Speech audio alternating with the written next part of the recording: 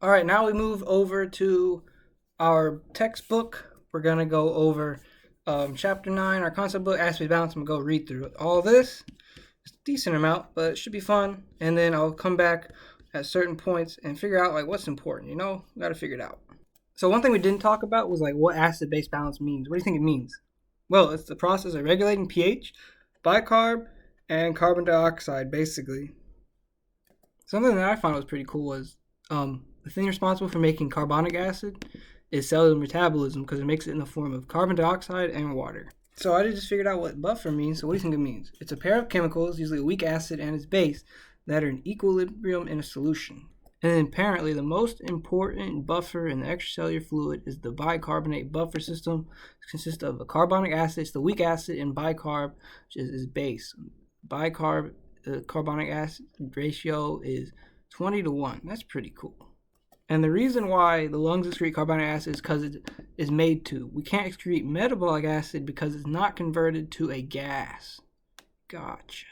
So with carbonic acid excretion, we know hyperventilation excretes more carbonic acid, and hypoventilation excretes less carbonic acid. So when you have an increased amount of CO2 in the blood, chemoreceptors cause hyperventilation, which excretes more CO2 and H2O and helps restore CO2 levels to a normal range, vice versa.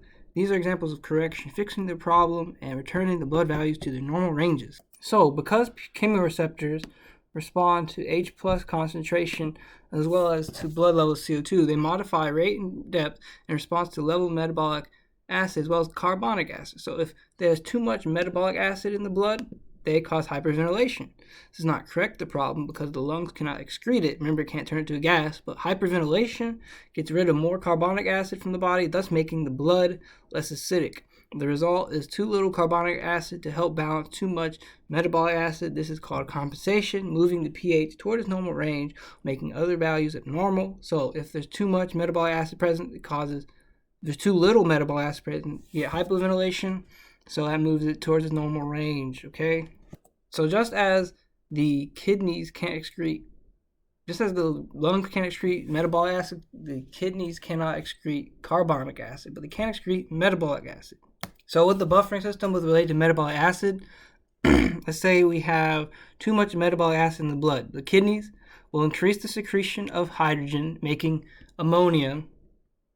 These mechanisms correct the problem by removing more HA from the blood and simultaneously increasing blood bicarb concentration. Okay.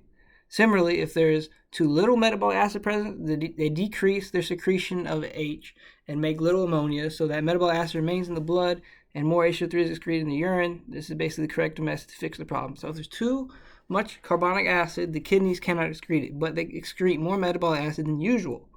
The renal response to decreased pH compensates for the problem by causing too little metabolic acid in the blood, which somewhat balances the too much carbonic acid. So if pH increases because of too little carbonic acid, the renal system compensates is less secretion H plus and less generation of ammonia. Wait, what? If the pH increases because of too little, renal compensatory response is less secretion H plus and less generation of ammonia.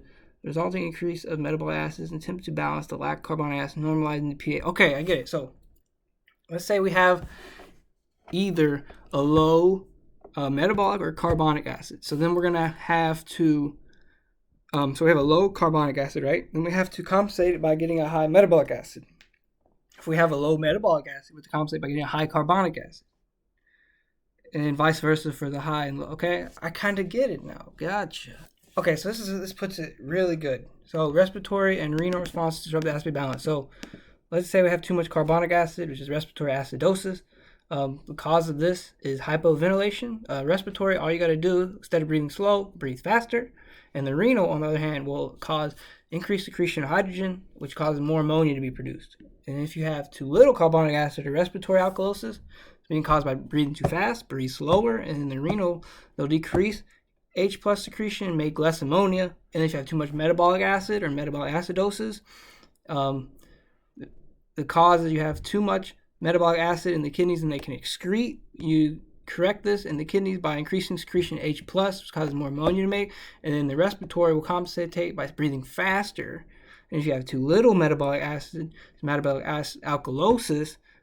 you have more bicarb in the kidneys and more bicarb than kidneys can excrete. So too little metabolic acid, correct this by decrease secretion of H plus and make less ammonia, and the respiratory system, they will cause you to breathe slower, compensate. Why?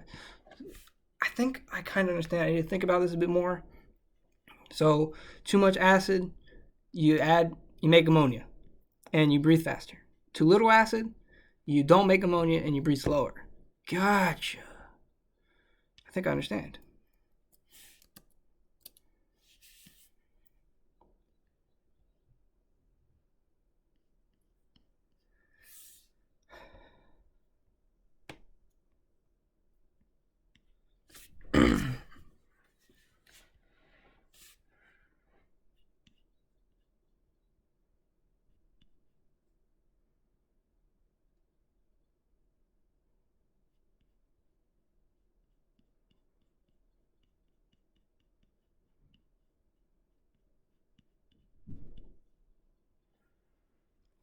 So we just talked about that. So let's say, like, if we have a problem with the respiratory system that disrupts acid-base balance and the lungs are unable to correct it, renal compensatory mechanisms adjust the pH toward normal. However, we know it takes several days for it to be significant. Therefore, if we have a short-lived respiratory acidosis or alkalosis, it won't become compensated. Rapid treatment of acute respiratory acidosis will correct the problem before renal compensation can even occur. On the other hand, people who have chronic respiratory acidosis or an acute, so the last several days, do develop some degree of renal compensation, either partial or full.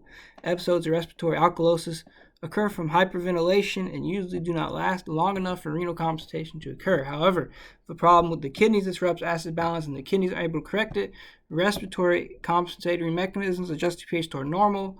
We know it begins a few minutes after the pH becomes abnormal, so it is common to have some degree of compensation for disruption of acid-base balance that involves too much or too little metabolic acidosis. However, severe, it will only be partly compensated.